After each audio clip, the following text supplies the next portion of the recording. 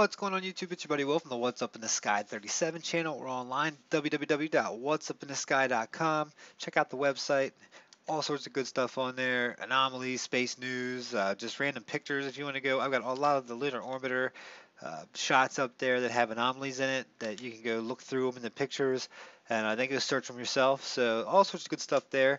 Hitting you with some space news. It's July 24th, 2014, and I've been kind of feeling down, sick the last couple of days, so my voice isn't all there. So I'm gonna try and keep it to a minimum here. But I did want to talk about this. I told a couple guys on their channel. We get a lot of comments talking about this show, the Aliens on the Moon TV show. It came on SyFy the other night.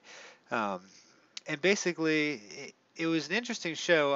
I have Mediacom cable, so if you go to syfy.com and if you know the bill, I think whatever you pay your bill with, I mean, pretty much if you got any sort of cable or satellite provider along those lines, um, you can watch this for free on there. If you don't, I don't think you can watch it because there's like restrictions on it. But it was Aliens on the Moon. It was a sci-fi channel. It was interesting, I must say. I'm not 100% sure when I was done watching it. Everybody else seemed to say, "Hey, what about this show?" I didn't like what they called the smoking gun. I mean, the smoking gun, here it is on the Sci-Fi channel right here. It bombed out my flash, but this is it right there. Um, it what they said was the smoking gun photograph really got to my heart because if you look at there's so many more better pictures that show smoking gun evidence of mining on the moon and stuff like that. That this show really went on a limb with this one. The one they were calling it, the guy who did this, his name was what is his name? His name was Kivat. So what is it? Oh yeah, Kivat, Robert Kivat. Um, and this is a hit piece pretty much on NBC News, and I have to agree with it. I mean, they took a Buzz Aldrin interview. I've heard this interview before, and they kind of cut it off. They should have let the whole thing play. Um, and this guy does a decent job, but it also kind of made us look bad in a way because they talk about all the theorists and they lump us all together. And then there's this guy, they're on there saying this is the smoking gun, this is the smoking gun. And when you look at the picture, it's nowhere near the smoking gun compared to stuff we have. I mean, there's some pictures that you just look at my thumbnails, hit moon, and look through the thumbnails. Or search What's Up in the Sky 37 Moon, or on my page hit Moon. You find so much stuff on there. Um, this is a good thing. I'll read you a couple paragraphs from this, and I'll give you the link to it. Like I said, let me know if you watched it. Comment below. Let me know what you thought about it. Like I said, I wasn't feeling good, so I sat down. I watched the whole thing. It was 2 hours with the couple commercials in it. So I mean, it breaks it up. And like I said, they also did the Mona Lisa thing, which I thought that is like to me it looks like a hoax. I thought it was a hoax. I'm pretty sure it's even been said that somebody came out, and I'm speaking on ignorance right here. I'm not 100% sure on this, but it's like I say to me it looks like it's a hoax. Either way, I don't think there was an Apollo 20. I know that might rub some of you guys wrong. I'm always honest with you what I believe, and like I said, my beliefs always changing too because I'm not somebody who's like, oh, this is what I believe. Here's my wall, and I'm staying right here, and I'll fight you to the end with it. If you give me information that tells me I'm wrong, usually, hey, that's why I see what I see, you see what you see. That's why the comment sections are here, so we can figure this stuff out. So if you saw this and you liked it, let me know. But I think it did a job of kind of painting the people that do this in a weird way, as well as just what they kept calling smoking gun. It just bothered me. If you watch it, you'll see what I mean. Okay, here the pixels in the photograph can be funny things, as demonstrated time and time again in Aliens on the Moon: The Truth Exposed, a TV documentary airing on Sunday's 45th anniversary of the historic Apollo 11 moon landing.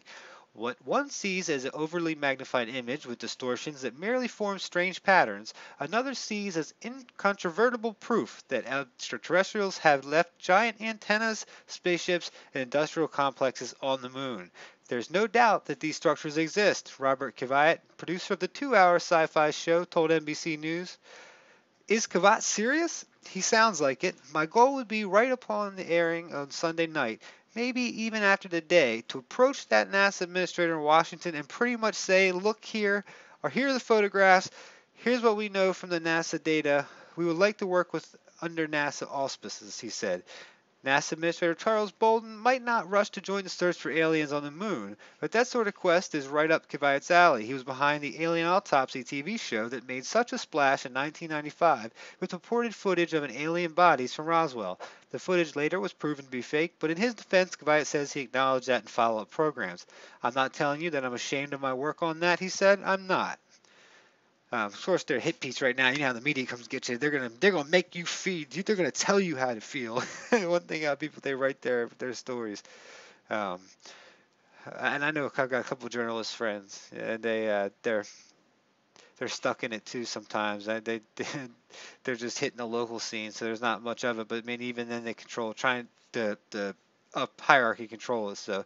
The heart of the aliens on the moon is a review of the decades-old photographs from the Apollo missions, with commentary by sources ranging from former astronaut Buzz Aldrin and Edgar Mitchell to old standbys on the UFO scene. Mark D'Antonio, Dark Mission co-author Mike Barra, and physicist John Bradenberg, plus photo lab workers Don Hare and Ken Johnston. First, about these photographs. Many of the cases have long been part of the UFO lore, Apollo UFO lore, and have been addressed on such websites as the Emoluments of Mars. It's fun to see these cases reviewed as long as you know the history. Watch the case for the crater satellite dish and the tale of a lunar pyramid, also known as Daedalus Ziggurat. The picture of the Apollo 17 skull, also known as Data's head, I've done that one. The paperclip on the moon, which has been traced to link on the picture. Rational Wiki list, the greatest on his, basically he's going over saying a lot of these things have been debunked. Um, they also talk about this right here, and they go into the whole story about how this was the Apollo 20 and the cigar-shaped thing on the moon. And then the smoking gun, and this is what really gets me about this whole thing. He said that the smoking gun is this picture that shows basically a flying saucer. So, and that's what he's saying right here. And here's the photograph. If you blow it enough, the pixels take one. He's basically saying that it's pixelization. And I've looked at the picture before, and I haven't done a video on it, and I might at one time. But it's no smoking gun. It's not like the stuff that's already there. If you check out any of these channels, not just mine, I'm not just saying check out mine. You can go any of these channels who do serious research or are serious about giving truth. Will give you the image number and let you go find out for yourself. I don't know, but here we go. Aliens on the Moon makes a strong pitch for revisiting the moon. If you don't have to be a UFO fan to hope that eventually happens, but many of the show's seemingly baffling mysteries can be resolved much more easily by looking at higher resolution imagery from the NASA's Lunar Reconnaissance Orbiter. And that's what I've done before too. And there he goes on to talk about how some of the massive machines are rolling boulders and stuff like that. Um, and now, the show does do this in the beginning with Buzz Aldrin, and this does, and it's kind of they really twist him up a little bit. It makes it sound like he's saying that they were chasing us, it was UFOs. But now about those astronauts, what this show makes it sound as if Aldrin was reluctant to talk about potential UFO sightings, and it's true that he turned down the invitation to review and comment in detail on the Apollo photographs. But over the years, he has discussed the sighting of what Apollo 11 crew thought at the time was an unidentified flying object, in literal sense of the phrase. This month, during a Reddit online chat, he passed along the mainstream view once again. It was either a rocket we had separated from, or the four panels that moved away from the extractor to the lander, from the rocket, and were nose to nose with the two spacecraft. The view gets shorter, stripped through the so. Okay, Mitchell, meanwhile, has made no secret of the fact that he believes extraterrestrials exist. I've no doubt that extraterrestrials could very well have populated or made structures on the far side of the moon. That's what he says. However, Mitchell also has acknowledged that neither him nor his colleagues among the Apollo astronauts found any evidence of aliens on the moon. That part of the message often gets left out, much to Mitchell's dismay. Twists and distortions take place, and I don't know how to stop them, except nor to give any interviews, Mitchell told NBC News in an email. Any help is much appreciated. So basically, it keeps going on. It hit piece more. I'm gonna leave this link in there so you can check it out yourself. It's an interesting piece, but I'm not. It was very entertaining. It was, but this thing he kept calling a smoking gun. Let me see if I just was downloading it. See if you guys remember the picture. Let's pull it up. See if you guys. My computer's been running dog slow. I've got like 30 things open in the background. Where's it going to bring it up at? If it brings it up at all. But basically, like I said, it starts out as a hit piece, and this is, like I said, the whole show, and you'll see, go to SyFy.com, pull it up. It was, some of it was on Disclosed TV. I don't know if they still got it up there or not. I don't know who runs that site, but they got to be careful over there. They're gonna end up getting popped for violation of copyrights. But here it is right here. Um, you gotta be careful with that stuff. I swear nowadays, somebody doesn't like you, they start sending this stuff in. It's amazing how fast you get in trouble, or at least have your stuff shut down. You know, have your website put down. You have these accounts put down. But either way, I just tried to open that thing. God knows if it'll pop up during the show here. Let's see. Preview. Ah, there we are. All right. And they're talking about somewhere on here. See, there was like, this is a great picture, but this isn't like the smoking gun. We've got so much better stuff. Some interesting stuff over there. Where was this thing? Turn it around like that. See if I get the angle that it really was. I always try and turn these photographs to make them look like I think they did. It was up on the crater somewhere. I mean, we could go through this whole thing, and I'm sure we could find some anomalies because all these pictures have anomalies in them. But to say that what they were calling smoking gun time and time again was just like, oh, why are they doing that? A lot of blurring, I think, on this picture as well. Back in the day, NASA just they used the black splotches, and they used to do it to the film. I don't know if this might have been it over here. If not, this is pretty interesting either way. This area. He does not like Photoshop, but this whole area right here is interesting. So we're gonna come back. We'll do this picture, and but what they showed on TV was not smoking gun, you know. So go watch the show, and let me know what you guys think below. Comment below. That's what keeps me going here. And we'll get back to the. Like I said, I was sick this week. I'm gonna get back to the anomaly videos. A couple other articles that I saw. You know, not to keep you guys too long. I know it's starting to run. All right, come on. All right. Space aliens walk among us. Indeed, claims retired Temple professor. David Jacobs sees it. Aliens from outer space have been kidnapping humans for eons and sexually molesting them to create human-alien hybrids that walk among us today, undetected, and will soon take over the Earth. I know he sounds that crazy. He knows that sounds crazy, but he, until long ago, caring what people think of him, as director of International Center of Abduction Research, Jacob 71 has made his life mission to investigate claims of ET abductions. You know, I'm not even trying to say extraterrestrial anymore. It's too late. What I'm doing with either be an interesting but non-essential footnote to popular culture or the most important thing that has ever happened to humankind. I see it as the latter, said Jacobs, who is now working on his fifth book, tentatively titled The New People. While most people write right off the UFO believers as deluded conspiracy theorist kooks, you know, they always got to put that in. Jacobs isn't your typical believer. He was tenured professor at Temple University, where he taught American history for 36 years before retiring in 2011. He's a married father of two who lives in a picturesque 134-year-old Victorian just over the Philadelphia line in Wynmoor. He makes his case with well-reasoned, articulate explanations and applies a scholarly approach to his research, which he has shared in 4 books printed by well-known and academic publishers. Jacobs has interviewed about 150 people who say they've been abducted by aliens and forgotten detail their cosmic kidnappings, resurfacing, and relaxation sections the self-taught hypnotist does in his home. So I guess this guy's basically taught himself how to do, you know, these rollbacks. And I've always wondered how legit that is, you know, if you're creating things or not.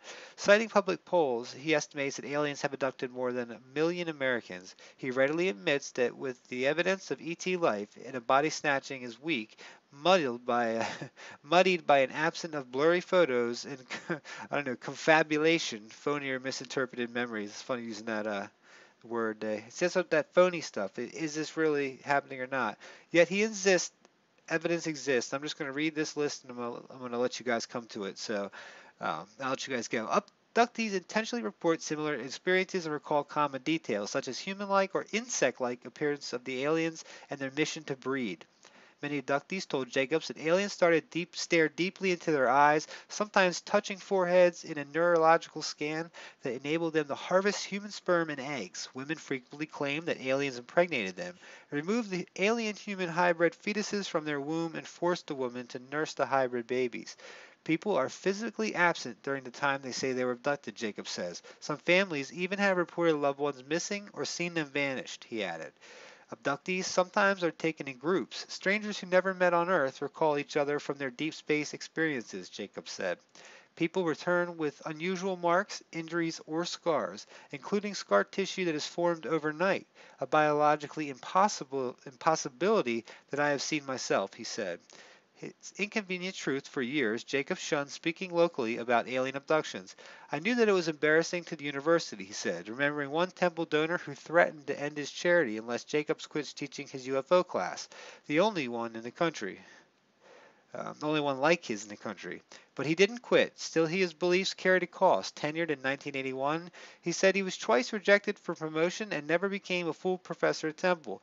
I was not rewarded for my views, Jacob said, but you not often find yourself in the middle of a phenomenon that will allow you to make a contribution to something that could be unsurpassing importance in human history. Jacobs is among a small but surprising array of well-known folks who have reportedly been in ET life. Believe in ET life. Former U.S. Presidents Jimmy Carter and Ronald Reagan, former astronauts Edgar Mitchell and Gordon Cooper, theoretical physicists Stephen Hawking, and celebrities Mick Jagger, Dan Aykroyd, Muhammad Ali, and William Shatner. On the skeptical side, critics aren't always swayed by the big names. Even smart people can believe weird things, said Michael Shermer, founder of the Skeptic. They always pull this guy out, I swear. This guy comes out of anywhere. This Michael Shermer dude from Skeptic Magazine. They yank this guy out for anytime they want. I swear. They do it with the people on the UFO side too, but this guy's always around when there's something bad to say. Shermer interviewed Jacobs for his weekly NPR show shortly after Jacobs' 1999 book, The Threat, was published. Shermer said Jacobs spoke like an academic, but his beliefs are rooted in his circular, impenetrable argument that sneaky aliens have lulled skeptics into disbelief and complacency. William Hartman, a senior scientist at the Arizona-based Planetary Science Institute, described Jacobs' method as concerning. Dr. Jacobs' website describes alien abduction reports extracted under hypnosis, but my sense is that most of the scientific community given little credence to reports coming from hypnosis, Hartman said. Hartman said he and other scientists examined photo evidence of UFOs as member of the U.S. Air Force's Condon Committee in the late 1960s.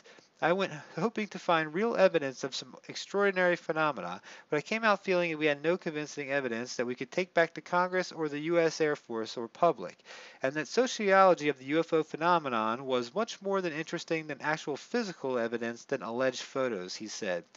The SETI Institute is a private nonprofit scientific group based in California that searches for ET life, but a spokesman declined to comment on Jacobs and the possibility of aliens on Earth, saying that SETI hunts for the sign of life in deep space, not here. No gee-whiz thinking, Jacob himself says that he has never seen a UFO nor been abducted by aliens. I've never been to Japan either, but that doesn't mean Japan doesn't exist, he said. He remains undaunted by skeptics and as a believer since he's been researching his ET life in 1970. As a college student, he read about UFOs for R&R, but became entranced when he thought, this could be real, he said. At the University of Wisconsin-Madison, he was switched his doctoral dissertation for the portrayal of woman in pre-1915 films to the UF controversy in America. He began focusing on the alien abductions in the 1980s and vowed to continue his research even as terrifies him more each day. I used to think it was the most amazing wowie gee whiz thing, Jacob said, but the more I learn about it, the more I fear it, the more I don't want to have anything to do with it. That's because he suspects that aliens are intent upon planetary domination, as humans remain mired in ignorance and denial. This is a clandestine phenomenon, Jacob says. There's one thing that I can say for sure. They don't want us to know what they're doing, because what they're doing benefits them and not us. That was a good article either way. I do believe that probably people are being abducted. There's Dr. Lear, who just passed away recently. I mean, I respect his work where he's finding those alien implants that move and stuff like that. Even maybe maybe they're on the Earth too. Who knows? maybe they're not so alien. What if they live here too? So let's see. I had a couple other articles. Suddenly the sun is eerily quiet. Where did the sunspots go? Sunspots been basically quiet. A few weeks ago it was teeming with sunspots, as you would expect, since we are supposed to be in the middle of solar maximum, the time of the sun's 11-year cycle, when it's most active. But now there's hardly a sunspot in sight. So image taken by the Soho. There's a tiny smidgen of brown just on the right center where the sunspot appears to be developing, but just one day before there was nothing. It was a totally spotless day. So what's going on?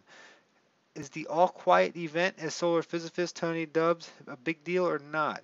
It is weird, but it's not super weird, said Phillips, who writes the solar activity in his website spaceweather.com. To have a spotless day during the solar maximum is odd, but then again, solar maximum we are in is very wimpy. So don't be. I don't know I don't know what the other websites or any of the other channels are saying about this. The sun goes crazy. I tell you what, our weather here has been summertime right now. It's hot. So I'm in Maryland. And we've had crazy weather the last couple years, really. Like the seasons seem to just come flying by. There's no middle ground anymore. It used to be a fall and a spring. Now it's either hot or it's cold. There's a good article here on space.com as well. I know I told you I'd get out of here, but might as well share them all with you. I went a little long on that first one. So if you're still with me, much love to you guys are the reason that I do this stuff. The future of moon exploration, lunar colonies, and humanity. I'm going to let you guys go ahead and read this one. Basically talks about Bigelow Industries. It talks about a whole bunch of, basically the privatization of space, a lot of that, and that we're not going to have to rely on the government. And then last one here from space.com, ideas wanted for NASA's mission to Jupiter's icy moon Europa. Under its icy crust, Jupiter's moon Europa could harbor a vast ocean of potential life supporting liquid water, and NASA has issued a call for proposals for science instruments for that mission that aims to study the mysterious moon like never before. All right, scientists have found evidence of giant water spouts taller than Mount Everest on Europa and think that the moon could hold a potential habitable ocean with more water than all of Earth's oceans. NASA is asking for designs of scientific instruments that will help the search for life on Europa. The winning instrument designs will be chosen next year, and we will build for a future mission to explore Europa. The deadline for submitting proposals is October 17th. What a great thing. I hope if I got some very intelligent people on this channel, if this is the first you heard of it, what can we think about? What can we do to send, what would be a great tool? I mean, I'm hoping that this, I'm sure if you could read the stuff, hopefully the thing's going to try and break through this. I think they say the ice is pretty thick, but it'd be neat to maybe those water spouts find them and drop something into it if that's possible, an instrument. But anyways, guys, much love to you. That's your space news for you. Like I said, July 24th. It's July 23rd, but it's almost midnight. So when you guys watch this, I'll upload it tonight. So much love to you. www.whatsupinthesky.com. I'll be back tomorrow with some more of the anomaly videos. I've got 2 pictures queued up already, ready to go. I've got some taking you guys to Dione or Dion. I don't know how it's said. Saturn's moon, and we're also going back to Mars. So those are my next 2 videos, most likely, unless something changes. Much love to you. Whatsupinthesky.com. Come check it out. Much love, guys. Have a wonderful day. Peace.